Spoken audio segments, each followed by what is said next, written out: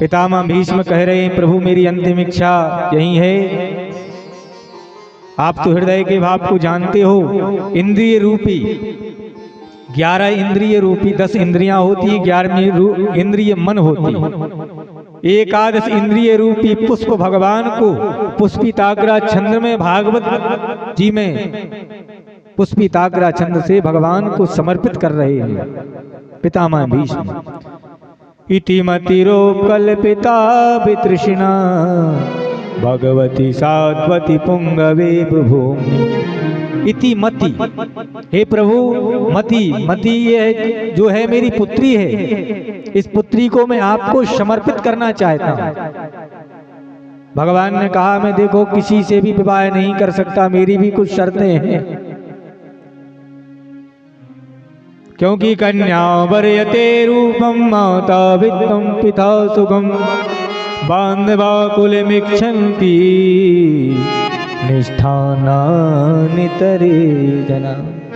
जब विवाह का समय आता है तो कन्या वर के रूप को देखती है, कैसा सुंदर है। कन्या वरयते रूपम, माता वित्तम, माता वर के धन को देखती है, पिता कुल को देखता है, बंधु बांधव जल मिष्ठान देखते हैं।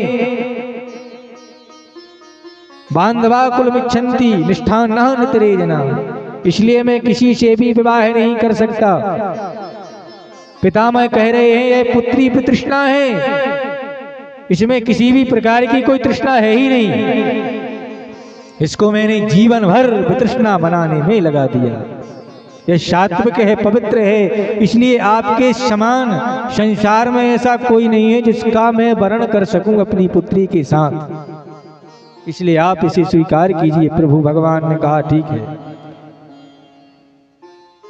भगवान ने आज पितामह भीष्म की यह जो पुत्री है बुद्धि उसको स्वीकार कर लिया। इति मति रूप कल्पिता वितृष्णा भगवती सात्वती पुंगवे विभूम्नि स्वसुखमुपहते क्वचित् विहर्तुं प्रकृतिमुपेष्यत् भव प्रवाह। और भगवान ने जब स्वीकार कर लिया तो पितामह भीष्म विचार करने लगे, हे प्रभु एक बात कहूं, आपकी वह माखन चोरी की लीला, वह महाभारत की लीला मैं आज तक नहीं भूला हूं। स्वनिगम मत प्रतिज्ञा मृत्युमधिकर तुम बपलितो रथस्ता रथ रथ चरणोपया जलद्गोर हरिदेव हंतुमिवं गतोत्तरीया। जब मैंने निष्पांडव होने की प्रतिज्ञा की थी कि सूर्योदय से सूर्य अस्त नहीं होगा और पांडवों को कल के युद्ध में मैं इस धरती को पांडवों से विहीन कर दूंगा, उस समय तुमने ही तो कृपा की थी। तुम जाकर गए थे और द्रौपदी का हाथ पकड़ के लाए थे बाहर और कहा था बहन एक बात कहूं, तुझे कुछ पता नहीं है। द्रौपदी कहने लगी प्रभु जब आप जहां हैं वहां मुझे चिंता करने की क्या आवश्यकता है। लेकिन पितामह ने प्रतिज्ञा ली है निष्पांडव करने। जाओ और जाकर के आशीर्वाद लो, क्योंकि दुर्योधन की पत्नी भानुमति के लिए सीधा कहा है पितामह भीष्म ने कि हे दुर्योधन, अगर तुझे विश्वास नहीं है तो ब्रह्म मुहूर्त में तेरी पत्नी भानुमति को तू मेरे शिविर में पहुंचा देना। मैं अखंड सौभाग्यवती का ऐसा आशीर्वाद दूंगा कि संसार में तुझे कोई मारने वाला पैदा ही नहीं होगा। इसलिए जाकर के तुम वह आशीर्वाद प्राप्त करके आओ। द्रौपदी गई ब्रह्म मुहूर्त में, पितामह भीष्म संध्या वंदन करके ही तो फ्री हुए थे, इसलिए में ही पहुंची और देखा, उन्होंने समझा कि भानुमति है और भानुमति को समझ करके द्रौपदी थी,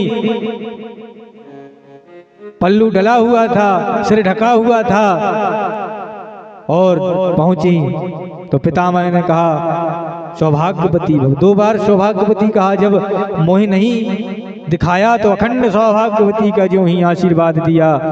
इन्होंने सिर को अपने पल्लू से जब पल्लू नीचे किया तो सामने, अरे द्रौपदी तुम्हें लाने वाला कौन है, तुम तो नहीं आ सकती हो। मुझे लाने वाले और लाने वाला तो छोड़ो, द्वार पर खड़े हुए हैं, आप खुद देख करके आओ। और ज्यों ही द्वार पर पहुंचे, पीताम्बरधारी श्याम सुंदर खड़े हुए थे। अरे श्री कृष्ण, आपने है क्या किया? आपने मेरी प्रतिज्ञा का क्या होगा?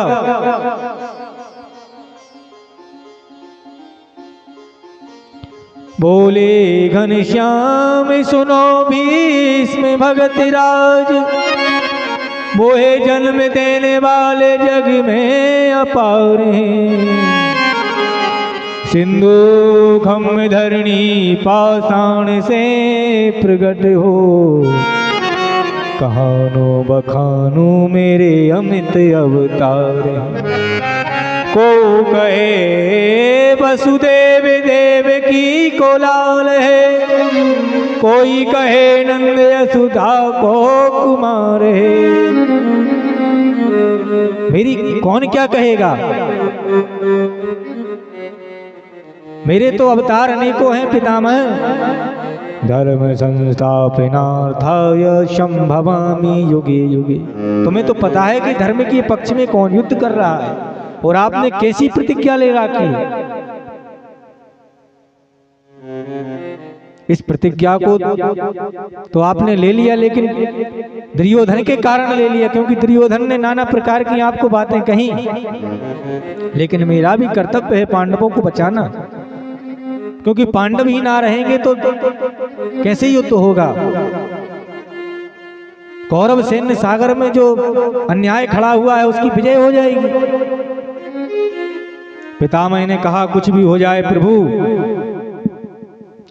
जो परीर पारथ को रथ ना मिलाऊं धूरी, तो पे कुरुवंशन को वंश ही न जानियो। जो पे मेरे बाण पांडवन के न बेधे प्राण, तो पे मैं कायर प्रमाण ही बखानियो। जो मैं ब्रजराज तो मैं शस्त्र ना दाऊंगा, तो पे मोहे संतनों को सुत ही न जानियो। मैं भी वचन लेता हूँ कि हे प्रभु, मैंने तो जो प्रतिज्ञा ली थी वह ठीक है, मैं शस्त्र उठवा कर ही रहूंगा, क्योंकि आपने भी शस्त्र ना उठाने की प्रतिज्ञा ली है। भगवान ने कहा कि ठीक है, कल के युद्ध में देख लेंगे, क्योंकि भागत कहा हो ऐसी धारणा ना राखो चित्त, प्रण के विरुद्ध पक्षपात ना विचारो, बना हो सारथी रथ हाकन है मेरो काम।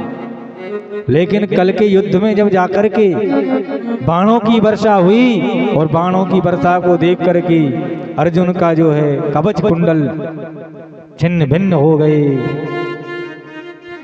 भगवान पर देखा नहीं गया। अर्जुन आर्त पुकार करने लगे, हे कृष्ण, हे गोविंद, हे गोपाल, मेरी रक्षा करो। भगवान ने प्रतिज्ञा भी भगवान भूल गए, और भगवान ने टूटे रथ को उठाया और ज्यों ही घुमाया तो ज्यों ही मारने को दौड़े। सुदर्शन चक्र की खबर ना रही कि सुदर्शन चक्र है मेरे पास। शंतनु नंदन पितामह भीष्म ने हाथ जोड़ लिए, हे प्रभु, इसी समय मेरा वध कर दीजिए, क्योंकि ऐसे सैन्य सागर के पक्ष में युद्ध करने से अच्छा है कि आपके द्वारा मरने से मेरी मुक्ति हो जाएगी, इसलिए मेरा इसी समय वध कर दीजिए। लेकिन उस समय आपने मुझे छोड़ दिया। अर्जुन के कहे, मैं भाई भूला नहीं हूं, इसलिए हे नाथ, जहां आप खड़े हो, मुझे अब संसार में कुछ चाह नहीं रही है। पितामह भीष्म की आत्मा जो है निकल करके शरीर पूरा हो गया, भगवान के चरणों में अनुरक्त हो गई, और भगवान द्वारिका चले गए अर्जुन को लेकर के। यहाँ परीक्षित के जन्म की कथा को श्री सूत जी कहते हैं, सौनकादि ऋषियों, कि आपने जो प्रश्न पूछा था वह प्रश्न का उत्तर ना दे करके भगवान श्री कृष्ण की कथा ही ऐसी अद्भुत है कि उस कथा में प्रवेश कर गए, लेकिन परीक्षित जन्म की कथा सुना ही नहीं पाए। और भगवान श्री कृष्ण की कथा इतनी चरितार्थ है, किस प्रकार भगवान की कृपा से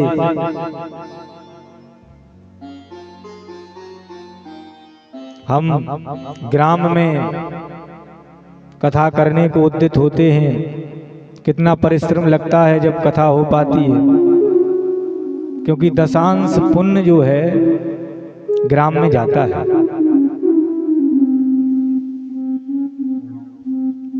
संपूर्ण फल जो कराते हैं उनको नहीं, संपूर्ण फल तो जिसको जाएगा सो जाएगा, लेकिन दशांश पाप और पुण्य के अधिकारी ग्रामवासी होते हैं। इसलिए कोई करे और ना करे, कराए और ना कराए, लेकिन दशांश पुण्य और पाप के अधिकारी ग्रामीण में पाए जाते, इसलिए गांव बसाए जाते हैं। एक दूसरे के द्वारा कार्य संपूर्ण कराए जाते हैं, एक दूसरे का सहारा लिया जाता है। और परीक्षित जन्म की कथा को बताई, किस प्रकार इनका जन्म हुआ था, किस प्रकार इनकी वीरता होगी। एक श्राप भी लगेगा। धर्मराज चिंतित हो गए तो कहने लगे, महाराज श्राप लगने से ही संसार में प्राणियों का उद्धार होगा, इनके ही द्वारा। पांडवों के यहाँ, पांडवों और कौरवों में जब युद्ध हो गया तो धृतराष्ट्र और गांधारी बेशरम बनकर के उनके यहाँ रह रही थी, तो विदुर जी आए, कहने लगे, महाराज भीमा पवर्जितम पंडा महादत्ते ग्रह पालव, मैंने तुम्हें कितना समझाया था कि तुम्हारा पुत्र साक्षात काल ही है, कलयुग का साक्षात दोष है, इस राज्य का काल ही है। क्योंकि त्यजे जेतम कुलस्यार्थे ग्रामस्यार्थे कुलम त्यजेत, ग्रामं जनपदस्यार्थे आत्मार्थे पृथ्वी त्यजेत। अपनी रक्षा के लिए राष्ट्र का त्याग कर देना चाहिए। अगर परिवार में एक के छोड़ने से परिवार सुखी रह रहा है तो एक को छोड़ दो, त्याग दो, उसको भगा दो।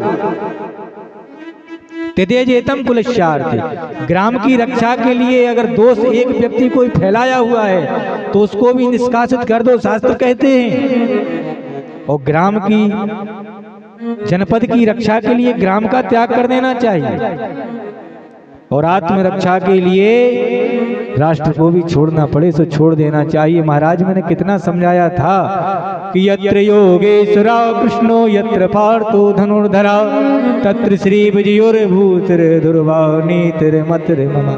जहाँ योगेश्वर श्री कृष्ण है, जिस पक्ष में वृकोदर भीम है, गांडीवधारी अर्जुन है, उस पक्ष को भला संसार में कौन हरा सकता है। लेकिन महाराज आप जो है अंदर से भी आपकी नेत्र ज्योति नहीं है, अंधे दोनों तरफ से हैं, बाहर से भी और भीतर से भी। आज यह भोग रहे हैं, आपके ही कारण यह महाभारत हुआ है। आप अगर दुर्योधन को उसकी दुष्टता पर दंड देते और भगा देते तो आज ये महाभारत के युद्ध में करोड़ों महारथी जो अस्त्रों शस्त्रों से कट करके जो मर गए हैं, उनका रक्त जो है पृथ्वी में डला हुआ है, इनके उत्तरदायित्व सिर्फ आप ही हो। लेकिन दुख की बात तो यह है महाराज कि जिनके विपक्ष में तुमने युद्ध किया है, उनके ही पक्ष में आकर के आज तुम भोजन कर रहे हो। उनके यहाँ तुम रह कैसे सकते हो। पांडवों के लिए तो पांडव तो तुम्हारे शत्रु थे, भला पांडव तुम्हारे शत्रु थे और पांडवों के यहाँ तुम भोजन कर रहे हो। इसी समय हमारे साथ चलो।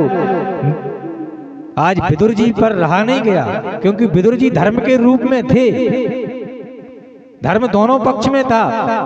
पांडवों के पक्ष में धर्मराज युधिष्ठिर थे और कौरवों के पक्ष में विदुर जी महाराज थे। अंतर सिर्फ इतना था कि पांडवों के पक्ष में धर्म की बात मानी जाती थी और कौरवों के पक्ष में धर्म की बात मानी नहीं जाती थी। इसलिए कारण यही था। आज ले गए और जाकर के सप्त ऋषियों की प्रसन्नता के लिए जो गंगा जी 7 धाराओं में विभक्त हो गई थी, वहां जाकर के सप्त स्रोत तीर्थ में जाकर के 5 दिन में इंद्रियों से विरक्त हो करके धृतराष्ट्र और गांधारी की मुक्ति करा दी। विदुर जी महाराज स्वयं मुक्त हो गए।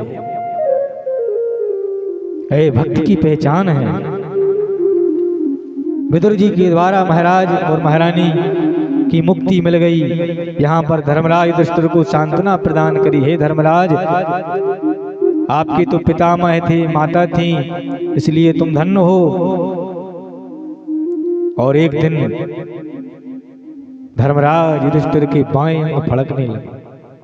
देख लिए बाएं अंग फड़कना अशुभ होता है पुरुषों के लिए और दाएं अंग फड़कना स्त्रियों के लिए।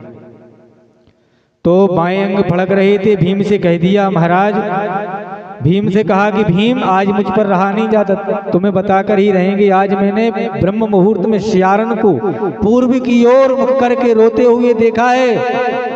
गैया मैया बाईं ओर करके चली गई, आज बाईं ओर से निकल गई। बड़े दुख की बात है कि मेरा आज ब्रह्म मुहूर्त से भी रोने को मन कर रहा है।